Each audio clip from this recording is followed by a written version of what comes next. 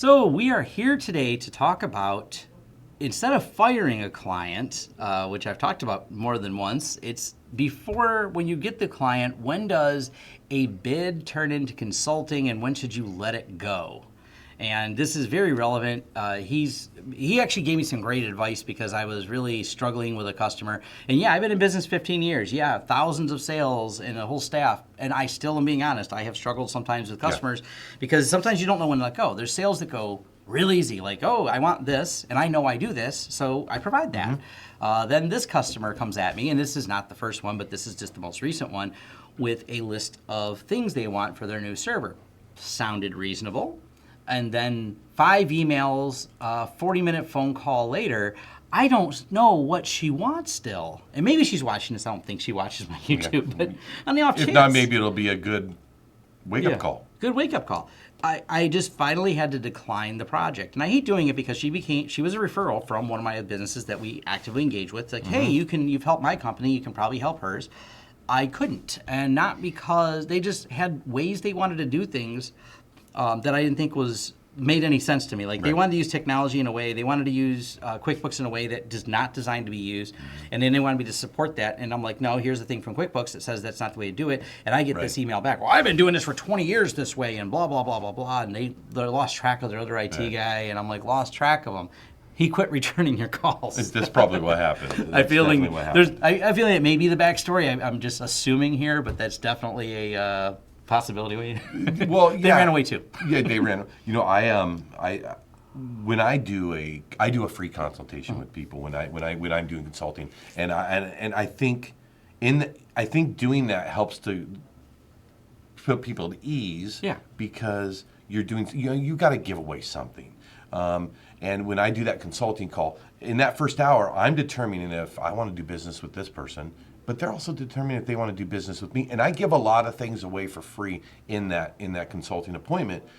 But I think you and I were talking about, when is it that you need to start charging for things like this? Yeah. And so if you didn't know or you don't watch previous videos, Brett does business consulting, and obviously you're here because you probably know I do IT. Yeah. But there's a similar thing where it's not just I'm providing a service, it's a solution we're providing. Yeah. So there's always this determination you have to, and I've seen people, oh, you should charge for all your sales calls. I'm like, well, that's a good way not to even get your calls. Correct. And it's different. I'm not talking about where we go in a deep dive and assessment that you should charge for, where you actually do some engaging work. But that initial call, sometimes sit downs with a client, you have to throw it out there. Yes. Like I suggested, these are the server ideas I had for the way they should do it. You should set up remote desktop, you set up this. So there are a lot of things I give away, and I'll actually refer back to something simpler like wireless consulting. We did this big bowling alley. We had to go out there, spend some time figuring out where all the Wi-Fi is. But I call it my crayon drawings. Yep. We scribbled it out and we measured a building with the little wheel thing, and we drew some pictures and we go, okay, these are where the Wi-Fi devices should go. It's very general. We know specifically where they go. They know generally, because there is the risk that they're just going to do it on their own. And that's a lot of people say, you should charge for any Wi-Fi assessment you do. I'm like, no, I would lose the lead again. Right. And we close the majority of them. But sometimes you don't. And then you've now given, all right, you probably need 16 devices to make this job work. Now they have that information too. Right. But I got to ask you though, how many times when you've done it, let's say you've had somebody, you've gone out and done this estimate and they go and try to do it themselves, what happens a couple months later? We get a call. Right. Yeah. Because sometimes they bid it out to the lowest bidder, and especially with technology, you're not comparing apples and oranges. It's not like they're just going to take my quote and drop the same thing in. We took over IT from a company that actually had the same stack we used of both hardware, software. Like, it looks like a job we would have recommended. Right. We actually joked, like, did they watch my YouTube videos? But they had configured it all improperly. So the good news we had for the client was, hey, good, you have nice equipment. You have the right equipment. Bad news is it's all configured very wrong. Right. And so it cost them less because it was easy for us to just change the configurations, adopt them on as a client, and fix what the previous IT company had done. But then once again, it took an evaluation to get there. And because I had an idea what the problem is, technically just on the sales call, because I logged in and looked at something, I seen how they had it hooked up, I changed one rule and it fixed the immediate problem they had. But I won them over as a client. Like I said, this, and they go, what do I do for that? And I'm like, it's a sales call. I guessed that these guys had done the thing wrong, and they did. Right. So, and those are fine. There's like Brett said, there's a lot you have to give away.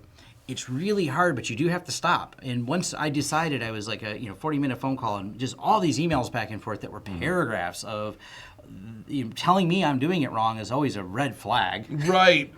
Ask for my advice and then tell me I'm wrong. That's never a good way to have a relationship. I did a workshop, and one of the people I got to meet with after that workshop, we sat for about an hour and a half and had a great conversation in a coffee shop, and I gave her a lot of information, and I realized up front that I wasn't going to be able to.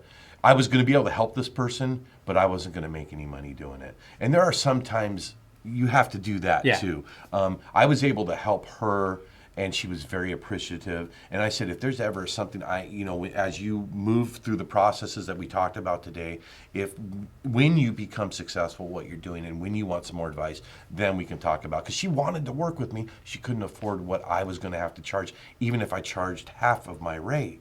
So there's sometimes where I want to help somebody, and I'll help them. And you've done that too. You'll help them. But it's when that customer or that potential client starts to say things like, no, that's wrong. You don't know what you're talking about.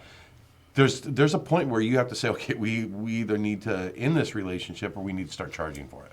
Yeah. So it's hard to figure out always when that is, and it can be in different places. Either they can't meet the prices that you're charging, and then that's not necessarily an indication that you should just go lower, because at some point you know your market value, you know what you get for this type of project.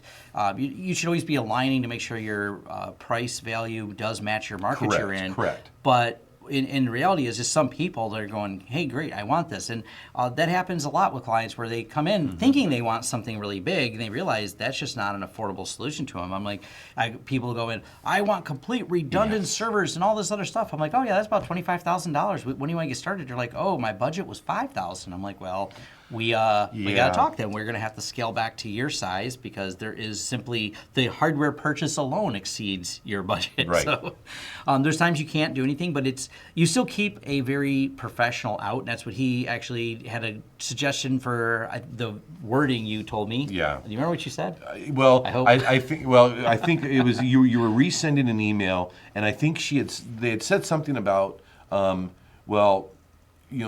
I'm trying. She had emailed you something, because if you say what the email was about, I'll remember what I told you to write. So say, what was the email about? What did it say? Do you remember? Yeah, and it was basically her asking. It was the bottom line was she wanted to use QuickBooks in a way that QuickBooks didn't say. And I just said, look, I can't support this configuration, and that's where I paused on my email. I can't support it, and you said something like, "Thank you for your time." Yeah, thank you for your time. I wasn't aware of what your budget constraints were. Yeah, I wasn't aware of what your budget constraints were and what you're looking at, and it might be a better idea to. It was something about looking elsewhere or something. Yeah, and looking elsewhere. We may not be a fit for each other. Right. It's about coming up with a polite wording back and forth. There's not a way I can give you cookie cutter on this, because it's going to be different for each one. But wherever the impasse was. Or the other problem is, and this is one of the other questions she had for me, I thought I would get two very drawn out detailed proposals. That was it. Yeah. And that's where that was what you answered and responded to is hey, I wasn't aware of because there was something about budget. I wasn't aware of your budget constraints, or that you wanted this detailed of information. Right. I was just giving you basic information, thinking that we could have another discussion. Right. And she thought I was going to detail it out in like absolute detail. Tell her what licenses to buy, what quantities to buy, how much each license, like a whole lot of detail. Give her the recipe for nothing. Yeah. And it's not like just a quote. It was I want all these comparative quotes. She had a series of ideas. And at that point, it's consulting, where I want to know what my business looks like modeled after this scenario, detailed out, then this scenario, detailed out, then this one. And they were completely wildly different. It was like kind of asking for one extreme, the other extreme, and maybe a middle, but not like a simple quote. She wanted the absolute license costing details. And at that point, it becomes consulting, because you're looking for a template that you can then go hand on there. And one of the red flags that was raised on the second to the last email was, I just want to buy it all directly from Dell. I have a coupon. When you're the CEO of a company and you tell me you have a coupon to buy it directly and want me to give the quote, you've pretty much said you don't value my time now, and you just want to order everything directly without me, and maybe have me configure the part that you don't know how to configure. And I'm like, at some point, I can't figure out where that is, and they don't want to say, because, well, they're fishing for information, and it's where you kind of have to go, we're probably not a good fit to work with each other. There's a fine line with that, because how long would it have taken you to do that analysis? Honestly, how long? Yeah, probably at least an hour or two minimum of my time, and I'm fast at it. So I know how to put all these things together because I work in this industry. But still, an hour or two of my time is a lot. And the most expensive thing ever is your own time. Always remember that. Right. That is hugely important. So the sales process can be hard, and you have to weigh it out. Like, how much will I make on this sale? Honestly, Right. this server project for her was not a big money maker for us. It was not some project that I'm going to be, wow, it's worth spending an hour at a time, because it does scale upwards. I did a Right. very large Wi-Fi bid. It takes more of my time, but the reward for it, it's a six-figure bid. So That's the return on investment that you're looking for. right. But when you talk about the potential that I'm only going to make a few $100 on it for, whatever, just a couple hours of consulting time or something like that, how much do I spend a few hours putting a proposal together when they don't even want to buy the hardware for me? So there's I'm cut out of it except for some minor consulting, and they didn't want to pay a consulting fee for me to put the bids together. That was That I think was the kicker. yeah, that was another kicker they had in there. They wanted you to spend hours of time, hours, Yeah, because you'd already spent a 40-minute conversation, a ton of emails, and now probably another 2 hours of figuring.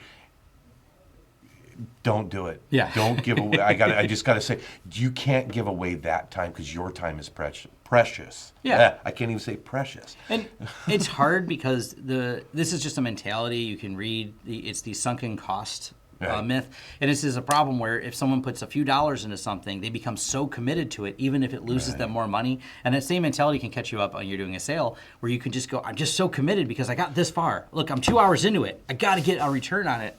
And if it's only $1 return, is that worth it? Because you're going to spend more time on it than you think. Right. And obviously our goal is always to have a long-term client, Yeah. but if it starts out this rocky, it's a lot of red flags, because the goal is never to fire a customer. The goal is if Right. you can pre-screen them well enough, you never have to fire customers. You just choose not to do business with somebody. Yeah. And that's okay. That's okay for every, and that happens every day in every industry. People choose not to do business with people. But defining that fine line of what is just pre-sale and what is where you need to actually start making money, that's a fine line. Yeah. And it's, I had another email come in the other day, and I actually referred them over to someone else because it went out of what I do. They had a question about, they wanted me to get on a conference call with them about a comparison to about 5 different phone systems. None of them I've ever sold before, but I've talked about them on my YouTube channel, and they thought I would just for free jump on the phone with them. Right. And have a discussion with their IT department about it. I'm like, there's nothing in it for me. I kind of meant that and that was actually how I replied. I said, I don't sell any of these. I said, so I would charge you for my time to consult. They go, oh, well, we thought we could buy. Aren't you a reseller for all these? I'm like, no. And once I realized it narrowed down what they're looking for, I referred them over to my friend who specializes in that, because they actually, when I did talk to them a little bit more, I still went a step further and emailed them back a couple times. They were really looking for one specific one that my friend specializes in. So I'm like, oh, well then, just reach out to him. You are in exactly the world he's in, and they thank me very much, and they say they may use this in the future, which I appreciate, because they got an honest answer from me. I didn't charge them any money. You let them down nicely that it probably wasn't a fit. I'm not just out here for the money. I could have charged them, could have done more, but you focus down on it and go, all right, I'll refer them over to here, keep a good open thing, send them a thank you letter for reaching out to me, and away we go. And it doesn't have to end badly when you do this, but you don't want it to end badly for you either. Right. Well, the biggest thing is don't burn any bridges, because you never know when a contact's going to come back to you and need something else, and actually that could turn into a more lucrative contract. Yeah, especially when someone puts things in caps, like I was expecting a more detailed quote. Really. Yeah. My desire to be snarky is always there, but I will. You behave. called me and said, "What should I say?" Opening line of a. Yeah. I like the politically correct thing, because I think don't burn a bridge, but don't sell yourself short. And I think when you don't charge for something, you're hurting other people in the industry. There's another thing to think about. You're hurting other people in the industry. There's a point where you need to start charging, because if you don't, just the next person that comes around is going to fall into that same trap, and it's a downward spiral. Yeah. So you got there's a happy balance here, and that's kind of what I want to get here. And we'll leave you with that you have to think about it, value your time. I don't understand. Right. I've seen people say, well, you should just charge for sales. I haven't seen a business model around that work. If you found someone that has figured something out, but I don't know any IT people who charge you just to even look at something in terms of like, hey, I'd like you to come give me a proposal to wire my building. Oh, you got to give me $150 to even tell you how much it is to wire your building. Yeah. I have a feeling I wouldn't be going out as often as I am. And I have a feeling that people that are doing that aren't around as much, or are not going to be around. Yeah. I mean, and because asking for a quote on how to wire the building is different than how would you wire it, and can you draw me an entire schematic? Well, now that's time to charge. That's time to charge. Us going through and sketching it up real quick on a drawing board so we can give you a proposal because we need to know how many and give you a quote on it. So you just got to figure out where that line is, and you know, you got to. It does take a little of your time, a little effort to close a deal, but you got to figure out when to not close a deal. I know it sounds a little fuzzy, but these are just things you have to constantly be thinking about, and you're probably going over in your head right now, going, "I do know a couple of them. I should probably stop replying to." I'm like, yeah, it's a spiral. So thanks, Thank you. Leave comments below, and see you next time. All right. All right. Thanks for watching. If you like this video, go ahead and click the thumbs up. Leave us some feedback below to let us know any details, what you like and didn't like as well, because we love hearing the feedback. Or if you just want to say thanks, leave a comment. If you want to be notified of new videos as they come out, go ahead and hit the subscribe and the bell icon. That lets YouTube know that you're interested in notifications. Hopefully they send them, as we've learned with YouTube. Anyways, if you want to contract us for consulting services, you go ahead and hit lawrencesystems.com, and you can reach out to us for all the projects that we can do and help you. We work with a lot of small businesses, IT companies, even some large companies, and you can farm different work out to us or just hire us as a consultant to help design your network. Also, if you want to help the channel in other ways, we have a Patreon. We have affiliate links. You'll find them in the description. You'll also find recommendations to other affiliate links and things you can sign up for on lawrencesystems.com. Once again, thanks for watching, and I'll see you in the next video.